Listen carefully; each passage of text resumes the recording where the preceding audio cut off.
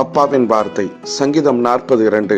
அவர் உமது மன விருப்பத்தின்படி உனக்கு தந்தருளி உமது ஆலோசனைகளை எல்லாம் நிறைவேற்றுவார்.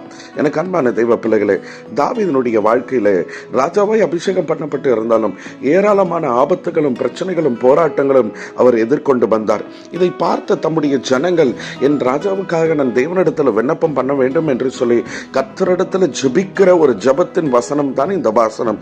இந்த காலை வேளையில உங்களுக்காக கர்த்தருடைய ஊழியக்காரன நான் இப்படி உங்களுக்காக ஜெபத்தோடு இந்த வார்த்தையை சொல்றேன்.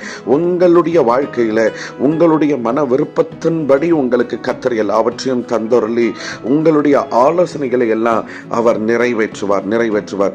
ஆண்டவரிடத்துல நீங்க ஆலோசனையை கேளுங்க, கர்த்தரிடத்துல உங்க மன விருப்பத்தை சொல்லுங்க. உங்களுக்காக நான் ஜெபிக்கிறேன். கர்த்தர் நிச்சயமா நீங்க எதையெல்லாம் எதிர்பார்க்கிறீங்களோ உங்க மனதுல அதை எல்லாம் நிறைவேற்றி தருவாருங்க. தைரியமா இருங்க, கர்த்தரிடத்துல கேளுங்க, அப்பா தருவார். ஆமேன்.